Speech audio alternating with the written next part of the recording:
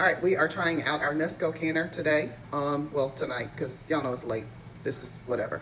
I'm going to be making beef chipotle chili from the ball canning book.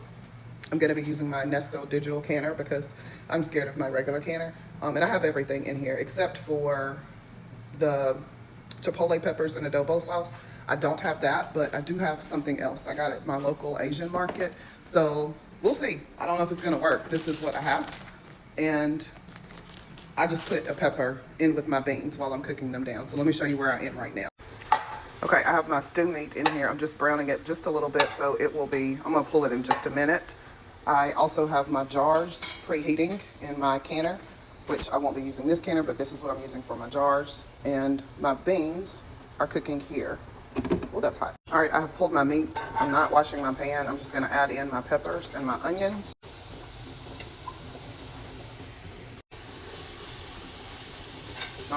I'm guessing I'm just supposed to cook these down, so I'm gonna go look at my instructions one more time, make sure I'm not missing anything. Okay, it got to moving a little fast, so I missed a couple of steps, but let me catch you guys up and show you where we are. Okay, so I cooked my onions and my peppers down. I strained my beans and added those along with my tomatoes. I'm using the tomatoes that I got from the farmer's market and reserved specifically to can with, so there's still seeds in there, so don't, yeah, whatever. Anyway, that's what I'm using. Again, I'm learning, so if this isn't right, then I will know for the next time. So the recipe says to cook this down for about 10 minutes. So I'm going to cover it up, cook it, and we will check back in. I'm just chopping up the rest of my peppers that I got from the farmer's market. I will vacuum seal these and just use them for like fajita vegetables. So since I have a few minutes while my chili is cooking down. All right, it's 10 minutes. Let's see what we're looking like.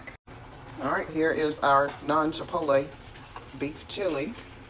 I use stew meat in this, and yes, this is hot. So normally I would use a little funnel, but the one that I have it won't fit. So we're gonna just, we'll have a few casualties. That's why I use these towels. That, and it's very hot. All right, I'll be back. Grabbing my last two jars.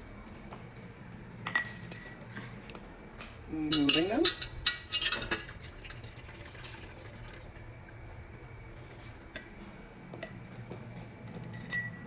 And rinse and repeat. This made more than I thought it would, so we'll probably have this for lunch. All right, so I made a mess, so before I even go in with the vinegar, I'm just gonna wipe my rims to get all of this off, because I don't want to not get a good seal, so just wiping all of my mess up. And I may need to get a bigger funnel for my wide mouth jars. And I am just debubbling for the second time. Like this one, my level dropped, so I may need to go in just a little bit more because I have a little bit more than an inch of headspace and all I need is an inch. Same thing with this one. So this is just a chopstick that I got from Dollar Tree.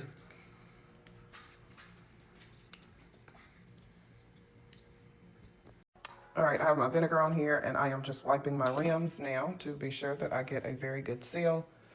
Because you guys know I made a mess, so I'm just making sure that I've got all of the residue off so that nothing prohibits it from sealing correctly. I'll be back.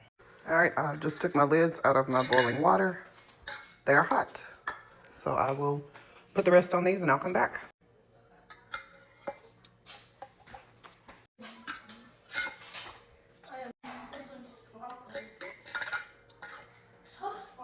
All right, now I have my rings right here, and we are just going to put our rings on fingertip tight, which just means 3 fingers. You should be able to tighten it that way. And rinse and repeat. All right, let's see. We're gonna get them loaded.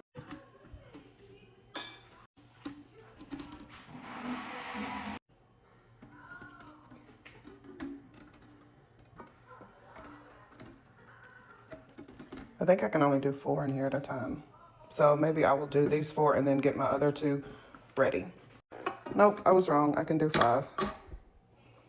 I just need to get it in there. And these jars are still hot. Yeah. Yep, there we go. Okay, I'm gonna be honest. I didn't record any of this stuff. If y'all would have seen the way I was going back and forth between the recipe in the book, I was thinking I was missing something, but I'm gonna see. It's circling around, which is what the book is telling me it's supposed to be doing. I have it on high pressure. I put in the time that it's supposed to cook, so I don't know. We're gonna see.